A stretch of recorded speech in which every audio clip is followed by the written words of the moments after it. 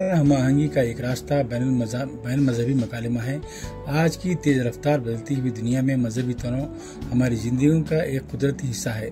ہم دیکھتے ہیں کہ لوگ مختلف مذاہب جیسے ہندو مت، اسلام، عیسائیت، بدھ مت، سکھ مت، جین مت، یہودیت اور دیگر مذاہب کی پیروی کرتے ہیں، جن میں ہر ایک اپنے عقائد، عبادات اور روایات ہیں۔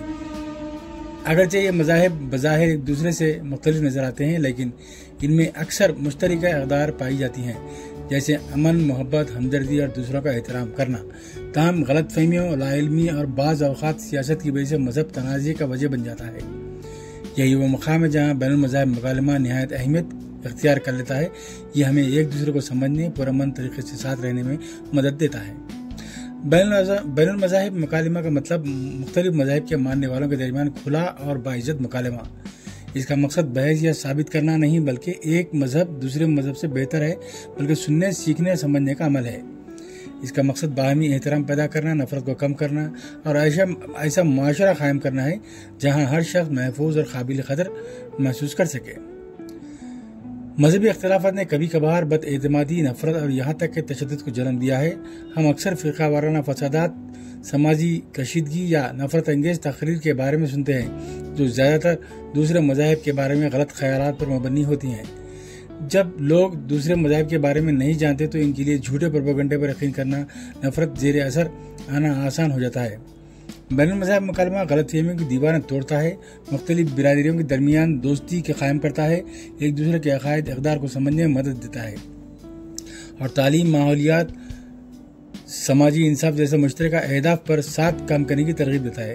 ایسے اقدامات امن اور اتحاد کو فروغ دیتے ہیں اور جہالت یا خوف کی وجہ پیدا ہونے والے تشدد کو روکتے ہیں۔ بین المذاہب مکالمے کا ایک بڑا فائدہ یہ ہے کہ انسان دریافت کرتا ہے کہ تمام مذاہب میں بہت سی مشترکہ تعلیمات ہیں۔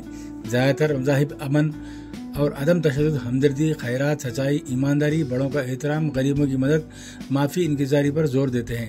مثال کے طور پر ہندو مت میں وسودھیو کٹمبکم، ساری دنیا کو ایک خاندان ماننا، اسلام میں رحم پر زور دینا، عیسائیت سکھاتی ہے کہ اپنے پڑوسی کا ویسا ہی پیار کرو جیسا کہ تم اپنے آپ پر سلامتی کا دعا کرتے ہو۔ بدھ مت عدم تشدد کی پیام دیتا ہے اور سکھ مذہب سبھی کی بھلائی کا پیام دیتا ہے، اور جین مت غیر لالچ اور پرامن زندگی گزارنے کی تعلیم دیتا ہے۔ جب لوگ مختلف مذاہب کے درمیان بات چیت کرتے ہوئے تو اکثر سمجھتے ہیں کہ وہ اتنے مختلف نہیں جتنا وہ پہلے سوچتے تھے۔ یہ احساس مشترکہ انسانیت کو جنم دیتا ہے اور فرقہ وارانہ ہم آہنگی کی بنیاد ہے۔ ہم کئی طریقوں سے مذاہب کے درمیان مکالمے کو فروغ دے سکتے ہیں۔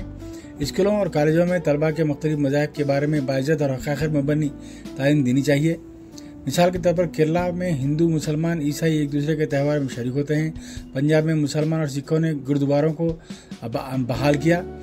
عید یا دیپاولی پر مختلف برادریوں کے لوگ ایک دوسرے کو مٹھائیاں تقسیم کرتے ہیں۔ مختلف مذاہب کے مذہبی رہنما امن مارچ میں شریک ہو کر تشدد کو روکنے کی کوشش کرتے ہیں۔ بین المذاہب مکالمے کو فروغ دینا ہمیشہ آسان نہیں ہوتا۔ معاشرے میں اب بھی بہت سی جہالت، تعصب اور بدگمانی پائی جاتی ہے۔ بعض اوقات سیاسی مقاصد کے لیے مذہب کے لوگوں کو تقسیم کرنے کے لیے استعمال کیا جاتا ہے، لیکن جب مختلف مذاہب کے ماننے والے آپس میں بات کرتے ہیں، سنتے ہیں اور سیکھتے ہیں تو ہم آہنگی کے بیج بوتے ہیں۔ یہ بیج امن اور اتحاد کے مضبوط درختوں میں پروان چڑھتے ہیں۔ ایک ایسے ملک میں جو ہندوستان کی طرح متنوع ہے اور ایک ایسی دنیا جو تیزی سے جڑ رہی ہے، بین المذاہب مکالمہ کوئی آپشن نہیں بلکہ ایک ضرورت ہے۔